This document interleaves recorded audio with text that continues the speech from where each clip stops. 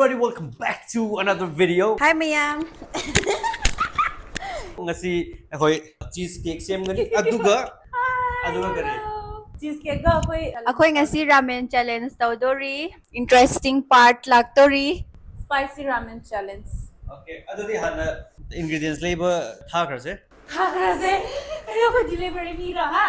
मरना तेरे को डर नहीं लगता अखोई की cheesecake से देखो ना हाफ के दबसे ऐसे like biscuit से जो हाफ तो नहीं बको अदुगा अतई तई करी करी रखंग दे हजिक येंगनी Cheesecake होय cheesecake दा होय cheesecake सेम लास्ट दा cheesecake कितंग हाफ वाला है तुम cheesecake सेम मिला लाई मने जोर जोर से बोल के लोगों को स्कीमें बता दे को ingredient butter. अदुगा cheesecake Hoy, adudo. Hoy. Chini adre. ngasai do order to bo cheesecake macha ma like pizza ma khatang adudo taste to han ba adum moi do cha da yam hawmun ma do Puchay lay ba sila si Hana? Ay phone di. nang phone do ngasai charge thanam mani ne nang namu ka spicy noodles so tause do spicy noodle challenge do mathang video da oina tawse habdi amada mix tor de muka nuai rai ba ko adura mukbang oina to khair se mathang video What do you want? nothing adudi nuai ka do ring asi yemi na se ma'am Ramen. Milk. One more packet. Where is ramen?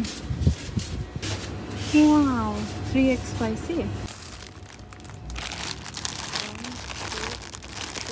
matam se yore once upon a time you matung da halla e Welcome back, guys. Milk. Bulldog. bulldog Yes. bulldog na kana 3x. yes Yes. And that's it. And here's the main ingredients. Ngashigi khwaidigi maru iba. mai ka madu payo na tardi wangang bataro ye Hindi ko mangonda yerum food laga same chira natraga fry taraga half sara topping omelette. sige sina keno gi namak tani ma'am ghi sem na ba tu sangom dagi sangom gi phi lo thok ba Organic material. And I have ko. This is too expensive. how much One per piece, 100 rupees. Nepal rupees dadi lupa yang kay pirambane. India dadi yam tangame. This is too much. ma pun sit amrak nepal koi raga la ya daga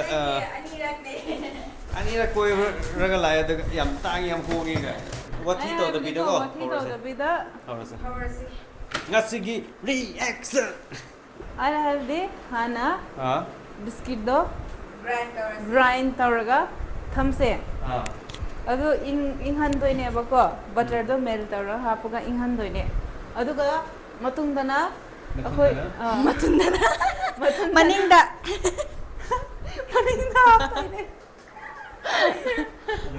matunda chap matunda themai matunda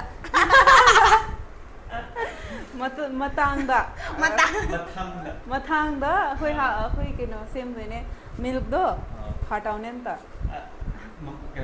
Mapang same milk do khidang vinegar hapraga paneer same doine adune mapang same dori ba mapang same doriba aduga milk hap toine aduga sumaina ngauraga sas ungaga ngasai khoina thamba biscuit do aduda law thakraga half toriga aduga half toriga 4 hours tham toriga yare practical oina tawrasi mayam hawarasi wow ASMR thak ASMR sound adra sino khut chamaga kutsuraga tentora thabo sitawriba ungedaba ungedaba aduga nangna asina cheese na karaida tawojina khangda uncle khang okay amamam habi rakke me am hoji fan togedaba se somda butter melt tawri aduga somna biscuit grind tawrani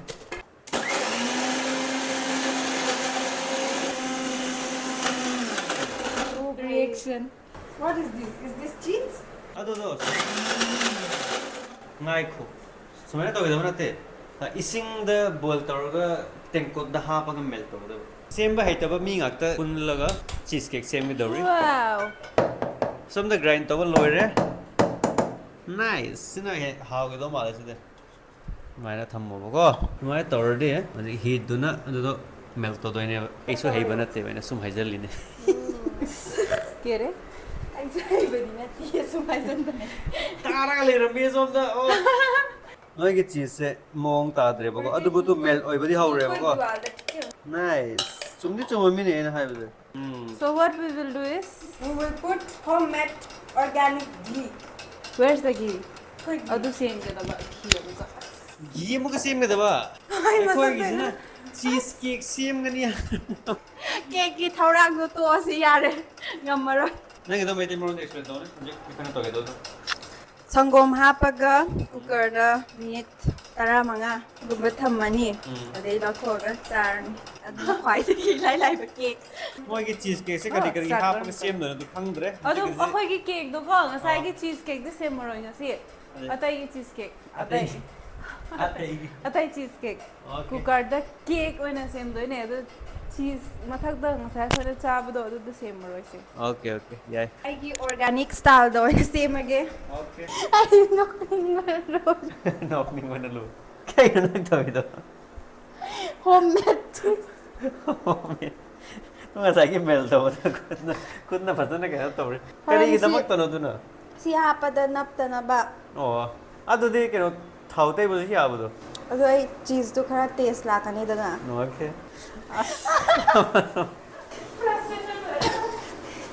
ꯐ꯭ꯔꯁꯇ꯭ꯔꯦꯠ ꯑꯣꯏꯔꯒ ꯁꯣꯝꯗ ꯋꯥꯏ ꯇꯩꯕ ꯍꯧꯔꯦ ꯑꯃꯅ ꯆꯤꯁ cake ꯆꯥꯕ ꯐꯪꯗꯕꯒꯤ ꯐ꯭ꯔꯁꯇ꯭ꯔꯦꯁꯟ ꯑꯦ banana ꯍꯥꯞꯄ ꯌꯥꯅꯤ ꯅꯣꯏ ꯀꯦꯛꯁꯤꯗꯤ ꯕꯅꯥꯅꯥ ꯑꯩ ꯍꯩꯇꯦ ꯕꯅꯥꯅꯥꯒꯤ ꯀꯦꯛꯇꯤ ꯁꯦꯝꯕ ꯍꯩꯇꯦ ꯑꯩ ꯅꯪꯒꯤ ꯅꯣꯔꯃꯦꯜ ꯄ꯭ꯔꯣꯁꯦꯁꯇꯨ ꯑꯗꯨꯝ ꯍꯥꯞꯆꯤꯜꯂꯣ 1 ꯋꯥꯎ ꯍꯣꯏ ꯁꯤꯁꯦ ꯉꯁꯤ ꯑꯩꯈꯣꯏꯒꯤ ꯄ꯭ꯔꯣꯒ꯭ꯔꯥꯝꯁꯤꯗꯤ ꯐꯖꯔꯦ ꯁꯣꯝꯅ ꯁꯪꯒꯣꯝ ꯐꯖꯅ ꯍꯩꯗꯣꯛꯑꯦ ꯌꯦꯡꯕꯤꯔꯤꯕ ꯃꯌꯥꯝꯕꯨ ꯈꯨꯔꯨꯝꯖꯔꯤ ꯁꯪꯒꯣꯝ ꯂꯣꯏ ꯇꯥꯍꯧꯔꯦ ꯃꯌꯥꯝ ꯑꯃꯗꯤ ꯊꯥꯒꯠꯆꯔꯤ ꯁꯪꯒꯣꯝ ꯇꯥꯕꯒꯤ ꯆꯥꯕ ꯐꯪꯗꯕꯒꯤ ꯄꯨꯡꯃꯥꯡ ꯃꯥꯡꯉꯦ ꯀꯩꯅꯣ ꯇꯧꯕ ꯌꯥꯏ ꯁ꯭ꯋꯥꯏꯗ ꯀꯩꯅꯣ ꯒ꯭ꯔꯥꯏꯟ ꯇꯧꯁꯜꯂꯣ ꯑꯗꯨ ꯋꯥꯅꯕꯅꯦ ꯅꯪꯒꯤꯗꯤ ꯇꯧꯔꯁꯤ ꯑꯇꯩ ꯑꯣ ꯑꯃꯨꯛꯀ ꯍꯩꯗꯣꯛꯀꯅꯤ ꯌꯥꯔꯕ ꯌꯥꯔꯅꯤ ꯌꯥꯔꯦ ꯀꯩꯅꯣ ꯁꯤꯗꯤ ꯌꯥꯔꯦ ꯑꯗꯨ ꯀꯥꯏꯗꯅꯣ ꯃꯤꯛꯁ ꯇꯧꯗꯣꯏꯗꯣ ꯑꯁꯤꯒꯤꯁꯤꯗ ꯄꯨꯂꯞ ꯃꯤꯛꯁ ꯇꯧꯗꯣꯏ ꯅꯠꯇ꯭ꯔꯣ ꯍꯣꯏ ꯃꯁꯤꯒꯤꯁꯨ ꯀꯦꯛꯀꯤ ꯏꯟꯒ꯭ꯔꯤꯗꯤꯌꯦꯟꯁ ꯅꯠꯇ꯭ꯔꯣ ꯁꯤꯁꯦ ꯁꯤꯒꯤ ꯇꯦꯡꯀꯣꯠꯇ ꯑꯣꯏꯅ ꯇꯧꯔꯁꯤ ꯇꯧꯑꯣ ꯇꯧ ꯍꯩꯗꯣꯛꯄ ꯁꯪꯒꯣꯝꯗꯨꯁꯨ ꯁꯨꯃꯥꯏꯅ ꯁꯨꯝꯃꯒ ꯑꯩꯈꯣꯏ ꯆꯦꯗ ꯄꯤ ꯄ꯭ꯔꯦꯡ ꯇꯧꯔꯁꯤ ꯇꯧꯔꯁꯤ ꯍꯣꯝ ꯃꯦꯗ ꯆꯤꯁ ꯀꯦꯛ ꯑꯣ ꯌꯥꯔꯦ ꯀꯩꯅꯣ ꯆꯥꯕ ꯌꯥꯔꯦ ꯍꯣꯏ ꯆꯥꯔꯅꯤ ꯃꯥꯜꯂꯦ ꯃꯥꯜꯂꯦ ꯁꯤꯁꯨ ꯂꯣꯏ ꯍꯥꯞꯆꯤꯟꯗꯣꯏꯔꯣ ꯍꯥꯞꯄꯔꯣꯏ ꯍꯥꯞꯄꯁꯦ ꯆꯤꯁ ꯀꯦꯛꯁꯨ ꯄꯨꯂꯞ ꯍꯥꯞꯈ꯭ꯔꯁꯦ ꯄꯨꯂꯞ ꯍꯥꯞꯄꯁꯤꯔꯥ ꯍꯥꯞꯄꯒ ꯃꯤꯛꯁ ꯇꯧꯔꯣ ꯆꯦ ꯍꯥꯞꯄꯣ ꯍꯥꯞꯄꯣ ꯁꯤ ꯍꯥꯞꯄꯁꯤꯔꯥ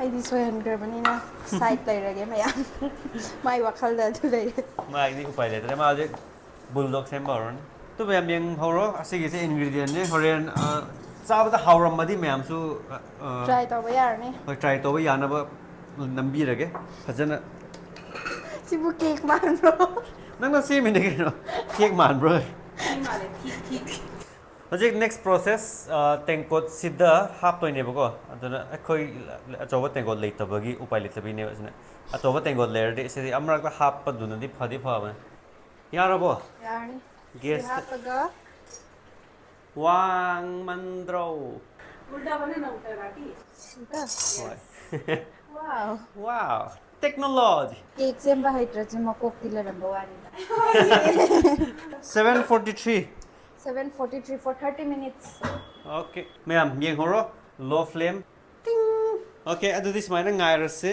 ꯑꯗꯨꯒ ꯁꯣꯝꯗ ꯉꯁꯥꯏꯒꯤ ꯑꯩꯈꯣꯏꯅ ꯃꯣꯠꯍꯟꯕ ꯇꯦꯡꯀꯣꯠ ꯃꯌꯥꯝꯗꯣ ꯆꯥꯝꯕ ꯍꯧꯔꯦ केक सेमदबीदा टेंको चामरगा last how do you feel I feel good ꯃꯌꯥꯝ ꯑꯞꯗꯦꯠ ꯍꯧꯖꯤꯛ ꯀꯦꯛ ꯊꯥꯡꯒꯠꯄ ꯃꯤꯅꯤꯠ 15 ꯃꯤꯅꯤꯠꯁ ꯑꯣꯏꯈ꯭ꯔꯦ ꯍꯧꯖꯤꯛ 15 ꯃꯤꯅꯤꯠ ꯈꯛꯇ ꯉꯥꯏꯔꯦꯕꯀꯣ ꯑꯗꯨꯒ ꯃꯦꯟ ꯏꯟꯒ꯭ꯔꯤꯗꯤꯌꯦꯟ ꯕꯦꯀꯤꯡ ꯁꯣꯗꯥ ꯍꯥꯞꯄ ꯀꯥꯎꯔꯦ ꯕꯦꯀꯤꯡ ꯁꯣꯗꯥꯅ ꯃꯊꯛꯇꯒꯤ ꯍꯣꯔꯦꯟ ꯆꯥꯏꯔꯁꯤ ꯕꯦꯀꯤꯡ ꯁꯣꯗꯥ ꯍꯥꯞꯄ ꯀꯥꯎꯔꯦ ꯑꯁ ꯐꯠꯇꯔꯦ ꯑꯩꯈꯣꯏꯒꯤꯁꯦ ꯁꯦꯀꯦꯟ ꯀꯣ ꯃꯆꯥ ꯑꯅꯤ ꯍꯣꯏ ꯑꯩꯈꯣꯏꯒꯤꯁꯦ ꯀꯦꯛꯁꯦ ꯑꯅꯤ ꯁꯨꯕꯅꯤꯅ ꯗꯥꯎ ꯌꯥꯔꯦ ꯁꯤꯁꯤꯗ ꯍꯥꯞꯄꯅꯤ ꯁꯤꯁꯤꯗ ꯕꯦꯀꯤꯡ ꯁꯣꯗꯥ ꯍꯣꯔꯦꯟ ꯍꯥꯞꯄꯒ ꯂꯥꯁꯇ ꯃꯊꯪꯒꯤ ꯌꯦꯡꯉꯁꯦ ꯀꯃꯥꯏꯅ ꯇꯧꯒꯦ ꯃꯃꯥꯡꯒꯤꯗꯣ ꯍꯥꯞꯇꯕꯤꯗ ꯍꯥꯞꯇꯕꯤꯗꯤ ꯀꯩꯅꯣ ꯑꯣꯜꯂꯅꯤ ꯕꯤꯁꯀꯨꯠ ꯑꯣꯜꯂꯅꯤ ꯆꯦꯂꯦꯟꯖ ꯇꯧꯕ ꯍꯧꯔ ꯆꯦꯂꯦꯟꯖ ꯑꯣꯏꯅ ꯇꯧꯔꯁꯦ ꯔꯥꯃꯦꯟꯗ ꯑꯣꯏꯅ ꯁ꯭ꯄꯥꯏꯁꯤ ꯅꯨꯗꯜꯁ ꯆꯦꯂꯦꯟꯖ ꯇꯧꯔꯁꯦ ꯃꯌꯥꯝ ꯀꯦꯛꯇꯨꯗꯤ ꯊꯥꯖꯗ꯭ꯔꯦ ꯑꯗꯨꯕꯨ ꯋꯥꯎ ꯋꯥꯎ I think it's already ꯀꯩꯅꯣꯃꯗꯤ okay. ꯇꯧꯔꯦ ꯃꯨꯜꯂꯦ ꯃꯨꯜꯂꯦ ꯌꯥꯔꯕꯣ ꯌꯥꯔꯦ ꯑꯗꯨ ꯂꯧꯊꯣꯛꯈ꯭ꯔꯁꯦ ꯑꯗꯨꯗꯀꯣ ꯋꯥꯎ ꯁꯨꯃꯥꯏꯅ ꯎꯜꯇꯥ ꯊꯝꯈꯣꯏ ꯑꯗꯨꯃꯥꯏꯅ ꯇꯧ ꯑꯗꯨꯃꯥꯏꯅ ꯇꯧ ꯙꯨꯞ ꯇꯧꯔꯒ ꯊꯝꯃꯣ ꯍꯣꯏ ꯑꯗꯨꯒ ꯇꯤꯡ ꯇꯤꯡ ꯇꯤꯡ ꯇꯤꯡ ꯉꯥꯏꯈꯣ ꯑꯗꯨꯃꯥꯏꯅ ꯌꯥꯗ꯭ꯔꯗꯤ ꯁꯨꯃꯥꯏꯅ ꯇꯧꯒꯗꯕ ꯑꯁ ꯁꯥꯏꯍꯦ ꯁꯥꯕꯅꯦ ꯑꯁ ꯑꯣꯏꯔꯣꯏ Wow. कस्तो मान्छे भिडियोमा एड गर्छ केकबुदी केक वाला नोइगिसो सिखाम त इंगनी खाना त खोए वाव मैम चार ये किल्ली तो हावेको हावा सुपर सुपर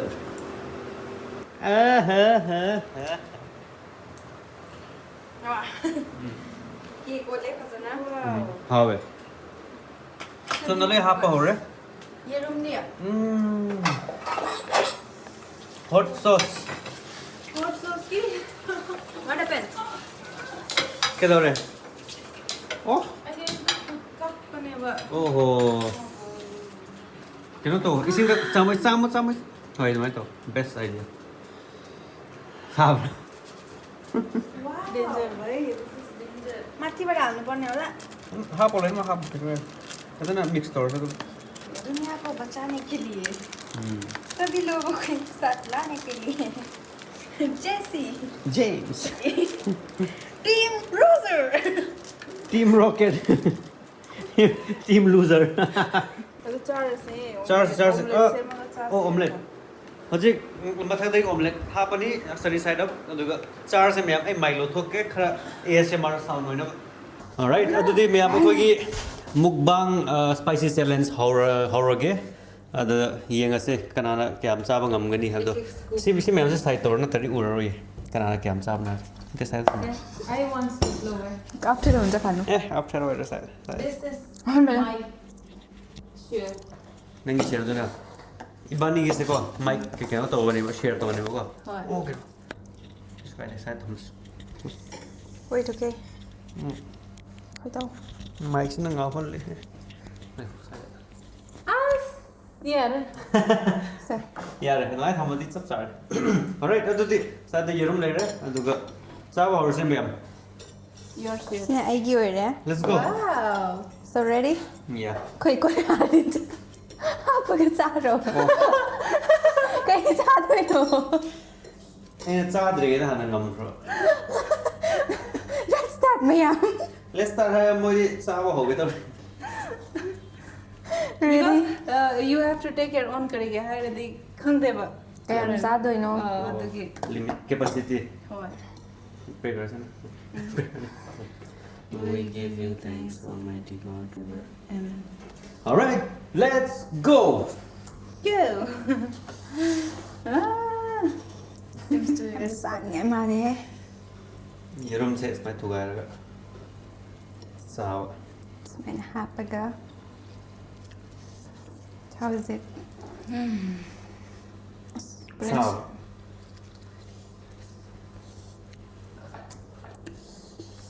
इन चोंगे चाह देंगे तो very spicy.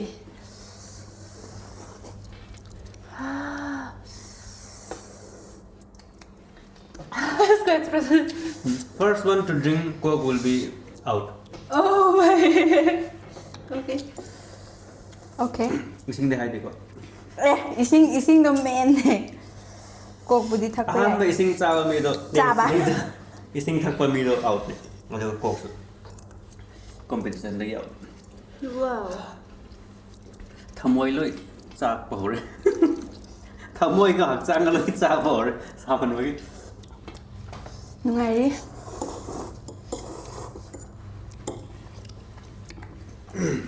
नुपा थोगे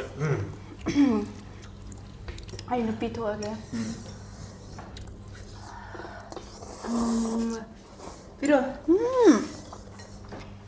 It's okay.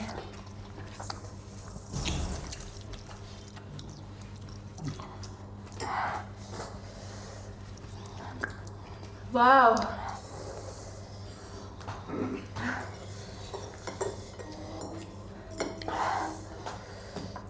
Spicy. Ngon rồi. Không sao đi đúng.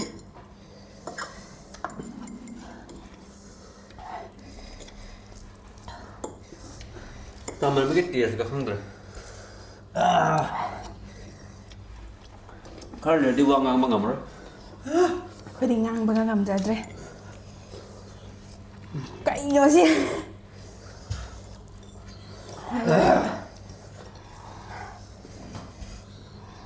Ayukta hospital चला लागत नाही मॅम पुन्हा आपली First step खत्म.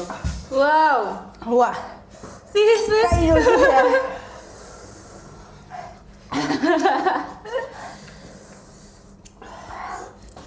No. Take more. Challenge. Lên đó bạn, lùi đây. You want? Ồ, mấy tờ là rule, new rule. Ah, no new rule. Cái sao bây giờ gì vậy? Nanti plate mà lôi sẵn là đi. Plate mà lôi sẵn là đi. Đi sinh là ra cột. Là nó sẽ phải. Juice đó là nó sẽ phải. Cô phải. Hãy xem đi bạn.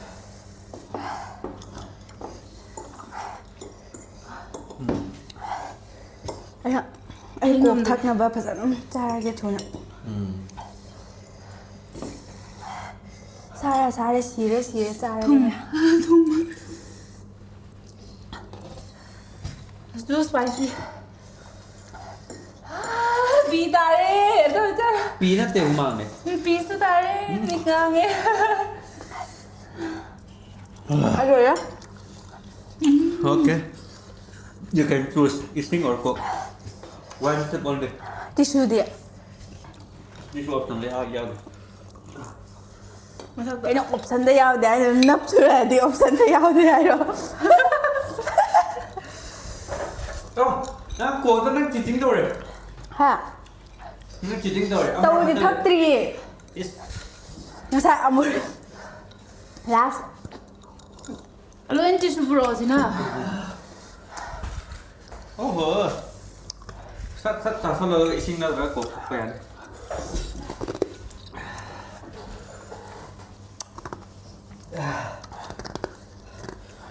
Wow. Cốc này là rắc này. Mặc này rắc này bị sao vậy? It's okay. Khóc bắt phần người vợ. Tóc bình này rồi. Ấy ngầm cho rồi ấy à đây. Give up. First, second. Yang nggak saya mau lôi dulu ya. Lôi. Second round. Nang competition lagi out. Không có gì nghe rồi. Thôi ấy không có gì. Không có gì. Aduh, masih jatuh. Tap na. Tap na tahu kaya to. Tahu na satu dia tu ay competition na. Thôi competition nang nhau. Nang out rồi kaya. Yang nggak sekarang nang. Thôi second time đó cái nào jatuh cái cake cha với anh. Thôi. Có. Phút nào này có đi. Tuh, apa kok equal quantity tak? Ya ni. Ay sao đi apa? Apa? Quantity mana? This is too much. Siya ito na. Kaya mga dia siya. Yaman din ang gitu. Sige tangkay ko tanin ang gitu. Dila pelpos eh. Ya ba. Si yaman. Apa. Tuh, sok mana itu. Don't try kids, don't try. Please try this at home. You will be enjoying. I'm crying. Saman bagi English na bawal man. Ano si Mark experience daw ba do yam nungay ba ne? Nadyo. Hoy, ano rin nung napok sama dati ako hospital yo bagi vlog mo sa kada. Soy ba ni? Emergency emergency. Tingnan si. Kogi sa kay gino na. Nare. Ay. Nare. Ada mod pa rin. Okay. Ako, Mathanggi start round. haraka start dominarse. Hoi, mathanggi round loisan ba ahan maduna unlimited cook thapa yai. Yeah. Okay. 1 2 3 go. Yerum jo chathogadaba. Hoi.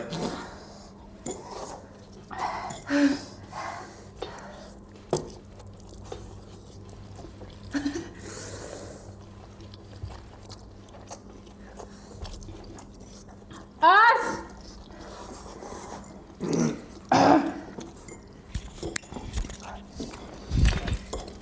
Ini pokoknya biasa. Bukan materi soalnya cari.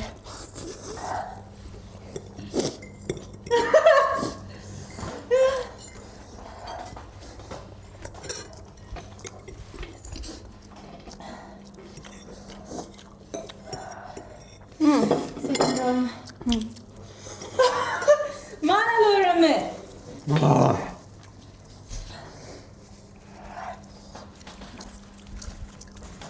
Ay, Lola.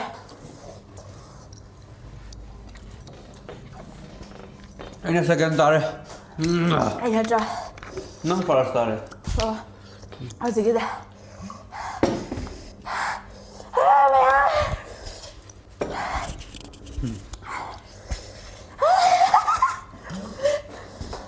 Tatlo na dyan. Dia nak ngau re. Tomato ulit. Wow! Teklo ko. Tapi lagi kan. I'm fine. I'm fine. I'm fine. Mayam kasi ki ako ki challenge nungai de. Has like amam nu. Manang do haro, kani challenge to ra. Yamma loi jaraga saba loi hadre ne. Adubo yam nungay. Mapu gidi. Ya mayam sirani sa ka de. Akang ni normal oiram ba. Nang ba to. Ay, kaya di pa rin. Wa ngang ba yari ba. Yari. Nang de. Adi.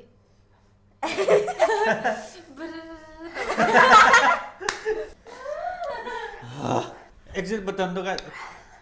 Close button to kada ito no. Ha? Oh. Camera sa dele. Hoy. Yes. Si ulong da. Tomra kadra. Hoy takke. Ani ma ama ekta. No. Ay na winner tare mayam. Mathangdagi mukbang tawninga di aingondda call tawbiro mayam. First prize. Oh. Lakpirage. Nangi cake do yenga sira. Sina ngasagi lemбado. Langthokpa yam pamui adunane. First tabagi magi gift ne. Prize. Midi paisa pinabare moidi tu. Chara siro aije. Pamoro sabad. Oh. Cake macha madi on the. Cupcake. Kap kan. Cupcake. Ni maron sidi. Goptano ne kana piron chai. Oh, sidi morok sar ni. Ai taurage sa. Cake sinapa. जिंदगी को कोरेटमा हामीले cake बनायौं पुन्सीगी खोंचत सिदा अखोइना spicy challenge तौरी कइनो नंग तोइदन मुको समझा इसिंग the केम तो खंग तक खंगदन से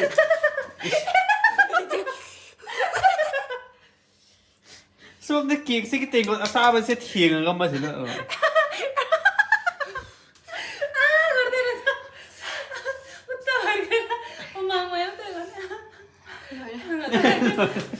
Lore, I see the red.